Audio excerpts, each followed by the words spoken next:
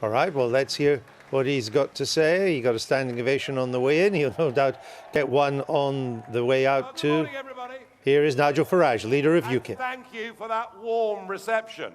I have to say, I thought the day after the general election that I would not be addressing the UKIP party conference this year as leader, as I'd stood down, and I thought that perhaps my life was going to become quieter and simpler and easier.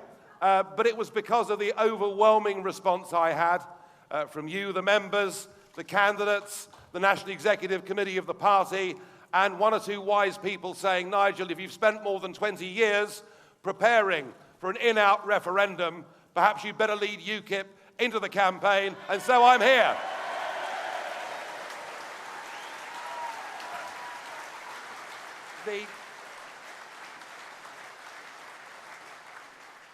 In a sense, the general election ended 2.5 years of non-stop, remarkable campaigning. It really all began with the Eastleigh by-election, where we stunned everybody coming from nowhere to getting 29% of the vote. It led in to those English county council elections, where we got 23% of the vote in all those English counties. It led on to the European elections in 2014, where we achieved 4.4 million votes, and we came first across the United Kingdom.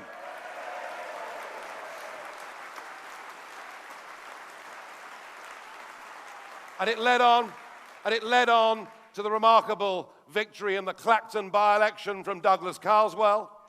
And it led, of course, to Mark Reckless appearing on this stage last year and winning the Rochester by-election. We'd had an amazing run.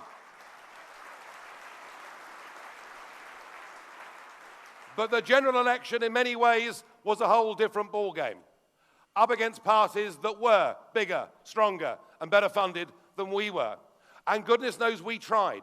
We tried to broaden out the arguments. I tried in those debates, those TV leaders' debates, to point out that far from this government having been prudent with our money, actually George Osborne, in the space of 5 years, had doubled the national debt. He'd increased our debt by more than the Labour Party had managed in 13 years. I mean, that takes some doing, doesn't it? We tried to point out that selection in education would close the ever-widening class gap in this country. We tried to make the arguments that Britain's armed forces are seriously under-resourced. We tried to do those things, but in many ways, it was difficult to get those arguments through. There are times in elections, there are times in life where whatever you do, you cannot change the cards that are dealt. And actually, what decided this election was a big swing to the Conservatives for fear of that woman north of the border and that Ed Miliband wasn't really up to being Prime Minister. So there was nothing we could really do about that. But the one argument that I did make, and we all made in the general election, and in some ways we got criticized for, now the one argument we did make was that open-door immigration as a result of our membership of the European Union is a wholly, thoroughly irresponsible thing to do, and how on earth can any government at local or national level plan for school provision, plan for health provision, if you don't know in a couple of years' time, within the nearest couple of million, how many people will actually be living in the country? And we made those arguments.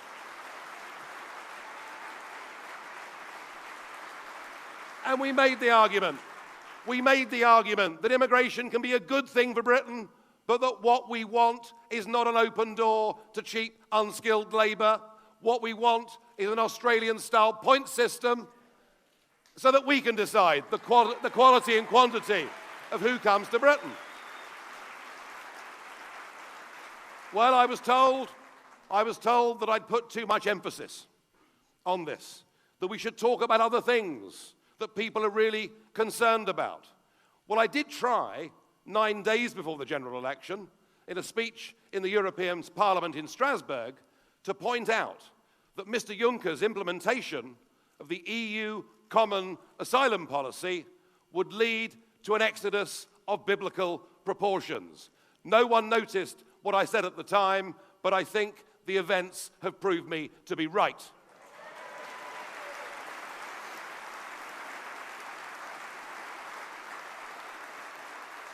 And now over the course of a summer, 15-point rise in the number of people who think immigration and open borders are the number one issue in British politics. 50% of people now put that at number one, with the economy trailing behind at 27%. I would argue to you that we were right to campaign on that issue, that we do actually own that issue, that the British public believe us on that issue. Now look, whichever way you look at this, if you'd said to me a year ago there'd be a big swing to the Conservatives for fear of the SNP, if you said to me there'd be a Conservative majority government, I wouldn't have believed you. But if you'd said, despite all of that, UKIP would still get 4 million votes in a British general election, frankly, I would have bitten your arm off, and I think we can hold our heads held high and be proud of what we achieved.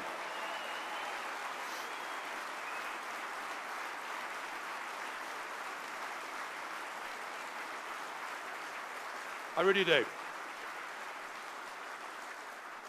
The fact that it only led to one seat in Westminster says that the system is crying out and we need electoral reform in Britain, though I suspect at the moment we should not hold our breath.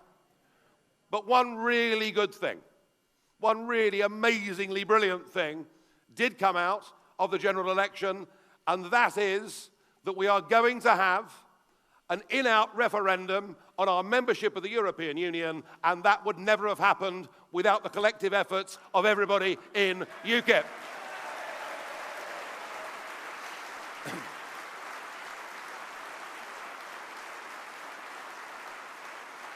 Now, there's been some considerable fallout from the general election, quite an aftermath, particularly in the case of the Labour Party.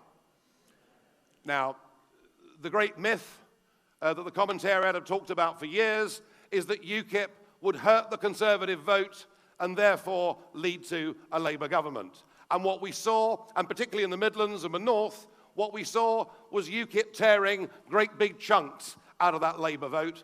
We hurt the Labour Party far more than we hurt the Conservative Party. And they very quickly entered into a quite remarkable leadership election, which has resulted in Jeremy Corbyn becoming the leader of the Labour Party. Now, it was put about the day that he was elected by Diane Abbott, I think. Well, she should know. I know anyway.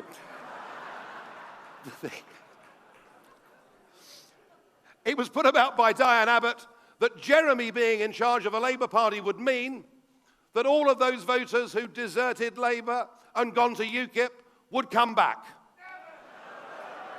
Well, let's have a little examination of that, shall we?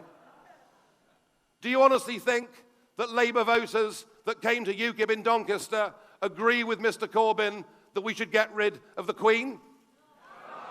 Do you honestly think that Labour voters in Doncaster who came to UKIP would approve of a man who cozied up to the likes of Gerry Adams and Martin McGuinness? No. Do you honestly think that Labour voters in Doncaster would think that it was a good idea for us to hand the Falkland Islands over to Argentina? No. Do you honestly think that people in Doncaster who switched to UKIP think that it's right and appropriate that at a service in St Paul's Cathedral to mark the 75th anniversary of the Battle of Britain, a room in which there were, perhaps for the last ever time, gathered together significant numbers of men and women in their 90s who were part of that great battle, that it was right to turn up without your top buttoned up and not to sing the national anthem? I think on all of those reasons, Corbyn is 1,000 miles away from those Labour voters that have come to UKIP. But there was perhaps just one area on which he could have held on to a lot more Labour votes and maybe even tempted one or two back despite everything else. And it was that for 40 years we'd understood that Jeremy Corbyn, this man, remember, of great principle,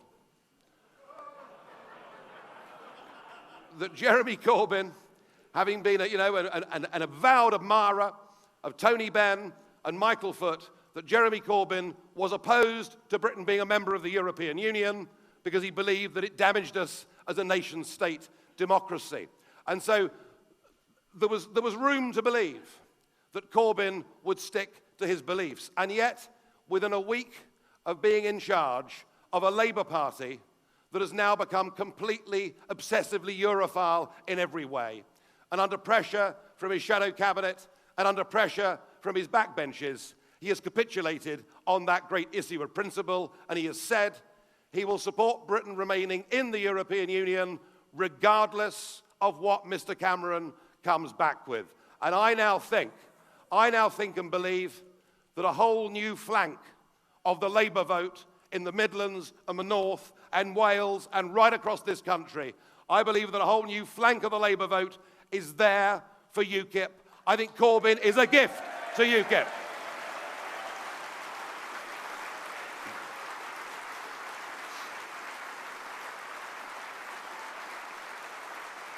And what of us? And what of UKIP? Well, after every election, commentators are pleased to say that UKIP's gone and the bubble has burst and everything else. But how's UKIP 5 months on? Well, let me tell you, 5 months on, UKIP is not only alive and well, not only alive and kicking, but is up in the opinion polls from where it was in the general election back in May. That we as a party are now massively increasing our reach and our support on social media. We're getting many more young people supporting us. UKIP is getting ready and preparing, and next year, in May of next year, we will fight elections. We'll fight the Police and Crime Commissioner elections. We'll fight the local elections that take place in England. But we'll also fight the elections in Scotland, in Northern Ireland. We'll fight the elections in Wales, and we'll fight the elections in London. And in all 4 of those big elections, there is a fundamental difference between them and the general election, and it's called proportional representation.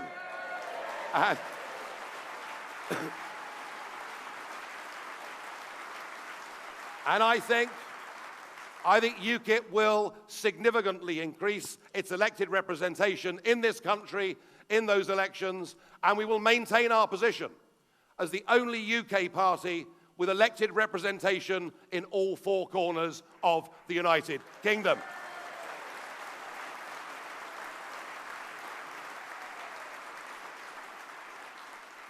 So electorally, that's our big challenge for May of next year. But I have to say to you, as the leader of this party, as somebody who's given over 20 years of his life to helping build this party, whilst of course I want us to do well as a party and to succeed in those elections, there is something that is actually dearer to my heart than party politics, even if it's UKIP. I want us to summon every resource of energy that we can find in our bodies and our minds. I want us to dedicate ourselves wholly to winning that referendum and breaking the link with political union with Europe.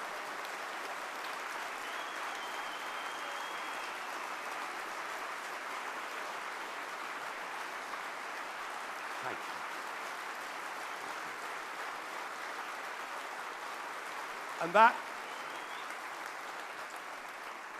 And that's a message we must send out to other activists and councillors and MPs and MEPs in the other political parties. This is the moment to put country before party. This is a once in a lifetime opportunity to get back the independence and self-government of this nation. Our message is clear. We want our country back.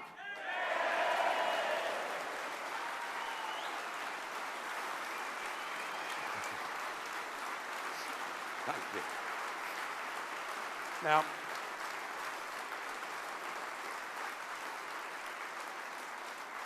so there are really 3 sides to this referendum campaign, and I'll go through them one by one.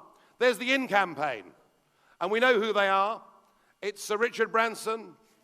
It's... Oh, I've got better than that coming, don't you worry.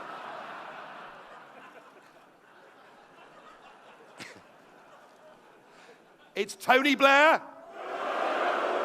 And top of the billing, it's Peter Mandelson. So we've got the side that will campaign for us to remain. We've got the side who will campaign for us to leave, and I'll talk more about that in the course of this speech. And then we've got the Prime Minister. Or should I call him, in this context, Piggy in the middle?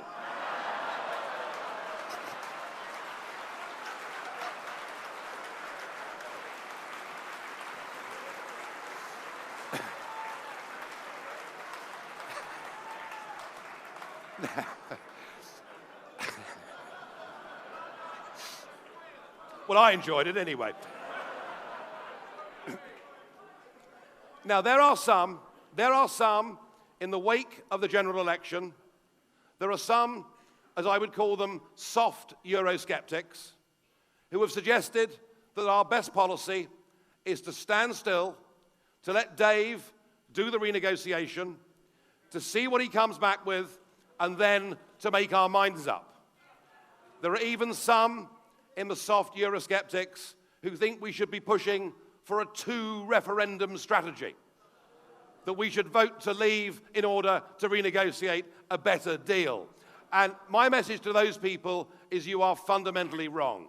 Firstly, this needs to be straightforward and simple, and for the first time ever on a UKIP platform, I'm going to thank the Electoral Commission for once for doing their job and for making sure that Cameron's attempt to stitch up the referendum question has been unravelled. Thank you, Electoral Commission.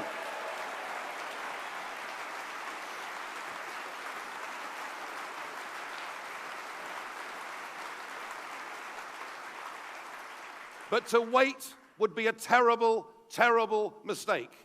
It would be to play into the hands of the Prime Minister so that he could set the terms, as he's done, of the renegotiation, and unchallenged, he would set his own bar, and he would come back to Brussels crying a great victory in the renegotiations, and by the time the Leave side had mobilised, effectively, the referendum would be over. Because make no mistake, those that want us to stay in the European Union, and I'm talking about most of our political class, I'm talking about many of the giant corporate business interests, they're out there campaigning every day. You know, we see Branson on the Mars show. Ken Clarke, I think, has appeared more on television in the last 5 months than the previous 40 years. I mean, they're out there. They're out there and they're campaigning hard. And we know they'll campaign hard. And we know they'll be well funded. But we have to explain to people that if you vote to stay in the European Union, you're not voting to stay in the Union as it now is. Just listen to what Blair, Mandelson, Branson and the others say when they're asked, do you think we should join the euro? They say yes when the time is right. Ask them, do you think we should be part of a European army? And they say, well, we think increased military cooperation in Europe would be good. Ask them, should we take Mr. Juncker, or should I say Chancellor Merkel's quotas? And they say yes, we should be fully signed up to an EU common asylum and ultimately, from next year, an EU common immigration policy. If we as a country vote to remain in this union, we are not voting for the status quo. We are not voting for where we are now. We are voting to remain part of an integrationist project. And that, I think we have to point out. And we have to unpick the Prime Minister's so-called renegotiation. He isn't asking for anything substantial at all. Nothing. Nothing. He isn't asking. He isn't asking for us to get back control over open borders and the free movement of people to nearly 500 million. He isn't asking for us to get back the supremacy of British law in our own Parliament, and indeed that our own Supreme Court should be supreme. He isn't even asking that our membership fee of £55 million a day should be reduced. And he certainly isn't asking for anything that the British public in a full debate would want to have. Indeed, If this referendum was about whether Britain was to join the European Union, we would look at the crisis in the Mediterranean that has been so appallingly mishandled. We would look at the way, through failed policy, we have encouraged families and young men to go into the hands of the criminal traffickers, leading to so much misery. We would look at the Eurozone, where now, if the Greeks have a general election and decide a course of policy, they can be overridden. We'd look at the whole thing and we'd say, no, we're not going to join. And so what we have to do is we have to explain to people that the risk of voting to remain in this union is far greater than the risk of voting to take back control of our laws and our borders and our own lives. Let's make the positive argument.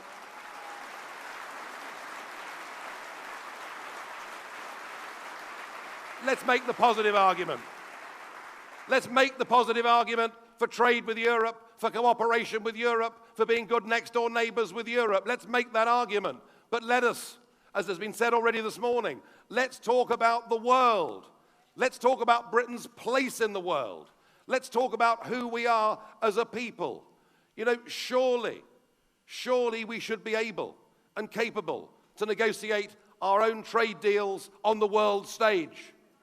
And yet, when I had that debate, those two debates, in fact, with Nick Clegg last year, and thank you, Nick, for giving me that fantastic opportunity. But when I had those debates, there was a point at which Clegg said, we need to be in the European Union because only by being an EU member do we have clout on the international stage to make trade deals. And I turned to Nick and I said, Iceland, with a population of 317,000, has just concluded its own trade deal with China.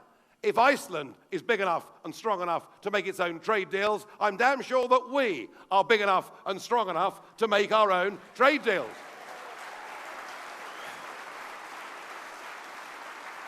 And then it came to me. I understood what Nick Clegg was really saying. I understand what Branson and Blair and Mandelson, I understand what they're all really saying. What they're saying isn't that we're not big enough. What they're saying is we're not good enough. They don't think we're good enough to make our own laws, control our own borders, make our own trade deals, run our own businesses, set our own energy standards, control our own fishing waters, and set the standards for British farming. And to win this referendum, we've got to put out a big, positive message. We are patriotic and proud of who we are as a people, as a country. We are proud of those that went before us and sacrificed much so that we could be that free, independent country. And we certainly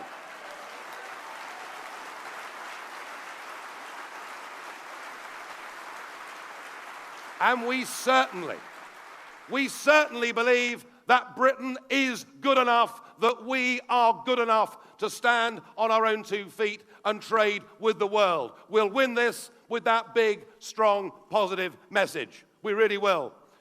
We really will.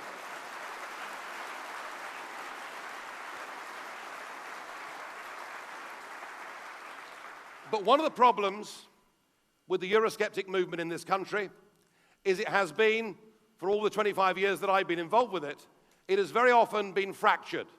It has very often been divided. It has very often been a valid, pertinent, and correct criticism to say that the Eurosceptic groups are all run by egomaniacs, that they, with some exceptions, one hopes,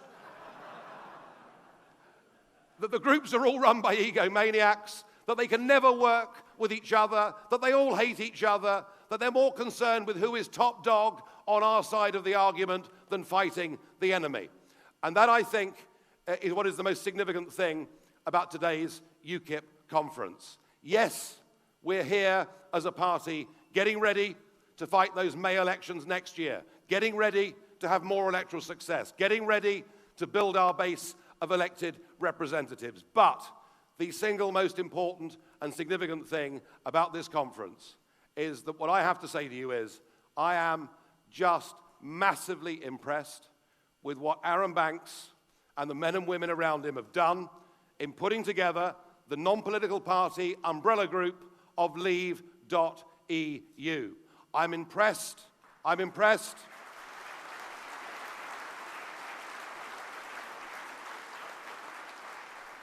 that they're prepared to put their hands in their pockets and that money isn't an issue. I'm impressed that they set up social media platforms that are booming and they're gaining about 7,000 new supporters every single day. But most of all, I'm impressed that the people running it have absolutely no personal political ambition of their own at all. They're doing it because they believe it's the right thing to do.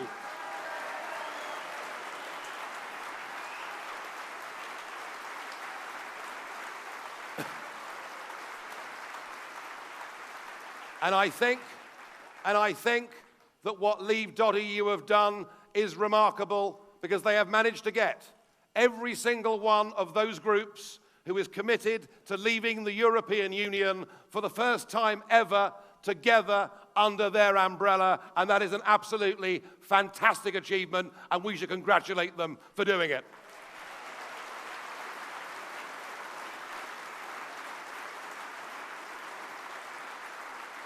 There's been speculation about which group would get the official designation for the Leave the EU campaign. But as I see it at the moment, there is only one group that set up an umbrella that is absolutely clear in what it stands for, and that is the Leave.eu campaign. And I say to you today that UKIP will now stand hand in hand with Leave.eu. We will work together as a united force of all the Eurosceptic groups that want to lead the European Union. We are together, we are united, and I believe that the tide has turned. I think something is changing out there, and I believe we're on course to win the most historic and the most important political victory in any of our lifetimes. Thank you very much indeed. Thank you.